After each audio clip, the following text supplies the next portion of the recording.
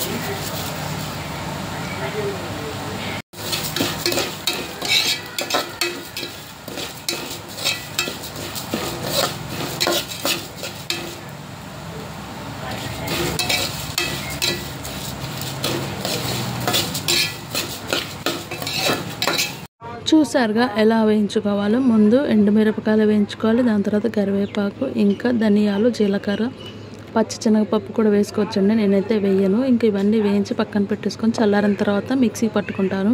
ఇంకా దీంట్లో చిన్నులపాయలు ఉంటాయి కదండి, అవి రేకులు తీసుకొని అవి కూడా వేసుకోవాలి. చింతపండు కూడా వేసుకోవాలి, ఎందుకంటే మనకి స్పైసీ లెసన్ అనేది కొంచెం లెవెల్ అనేది కరెక్ట్గా చేస్తాను అన్నమాట చింతపండు వేసుకుంటే. ఇదిగోండి ఇక్కడ నేను ఎల్లిపాయలు కూడా ఒలిచి పక్కన పెట్టుకున్నాను. ఇంక ఇవన్నీ మిక్సీ పట్టుకోవటం ఎలా ఏంటనేది చూసేయండి. నేను ఏంటంటే ఎక్కువ క్వాంటిటీలో అసలు చేయను, కొద్దిగా చేసుకుంటాను. ఎక్కువ క్వాంటిటీలో చేసుకున్నాం అనుకోండి, అయిపోలేదు అనుకోండి, అదొక రకమైన స్మెల్ వస్తూ ఉంటుంది, బాగోదు కారం అనేది. అందుకని ఫ్రెష్గా ఎప్పటికప్పుడు కొద్దిగా చేసుకుంటే బాగుంటుంది.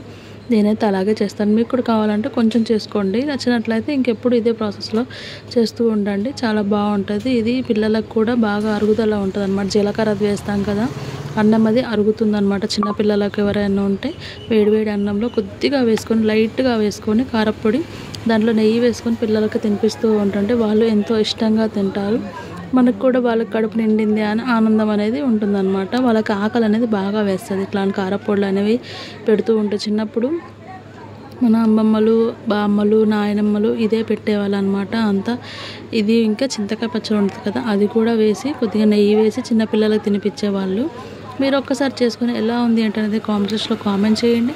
ఇంకా నా ఛానల్ ఎవరైనా ఫస్ట్ టైం కనుక చూస్తున్నట్లయితే నా ఛానల్ని సబ్స్క్రైబ్ చేసుకోండి, ఫాలో చేయండి. ఇది ఇంకా ఇంట్లో ఎవరికైనా మీ బంధువులకి, చుట్టాలకి, మీ ఫ్రెండ్స్కి షేర్ చేయండి. వాళ్ళు కూడా ఇట్లాంటి కారపొడి చేసుకొని టేస్ట్ అనేది ఆస్వాదిస్తారనమాట. ఇలాంటి మంచి రెసిపీస్ అనేవి ఇంకా ముందు వస్తూనే ఉంటాయి. తప్పకుండా ఛానల్ అయితే సబ్స్క్రైబ్ చేసుకోండి. ఈసారి ఇంకొక మంచి వీడియోతో మళ్ళీ కలుద్దాం. Okay, bye, take care.